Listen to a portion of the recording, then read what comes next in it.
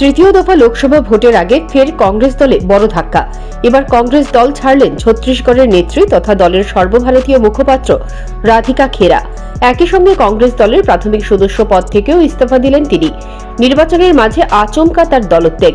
এমন কি হলো এই প্রশ্নের মাঝে রাধিকার স্পষ্ট জবাব, রাম মন্দির উদ্বোধনের সময়ে অযোধ্যা যাত্রা নিয়ে বিতর্ক তৈরি করেছিল কংগ্রেস দল। রাধিকা খেরের অভিমত, কংগ্রেস রাম বিরোধী দল। এই অভিযোগের ভিত্তিতেই তিনি দলকে টাটা বাই বাই করলেন।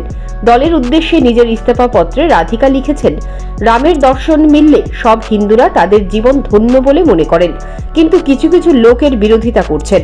তাদের রাম বিরোধী তকমা দিলেন রাধিকা খেরে। তিনি আরো বলেন, 22 বছর ধরে কংগ্রেস দলের সঙ্গে রয়েছেন তিনি। এত বছর সততার সঙ্গে কাজ করার পরও তাকেই দলের মধ্যে প্রবল বিরোধিতার মুখে পড়তে হলো। কেন না, তিনি অযোধ্যা গিয়েছিলেন রামলালার দর্শনে।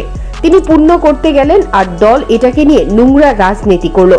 এটা মেনে নেওয়া যায় না। তাই বাধ্য হয়ে দীর্ঘ 22 বছরের সম্পর্ক ত্যাগ করতে বাধ্য হলেন রাধিকা খেরে।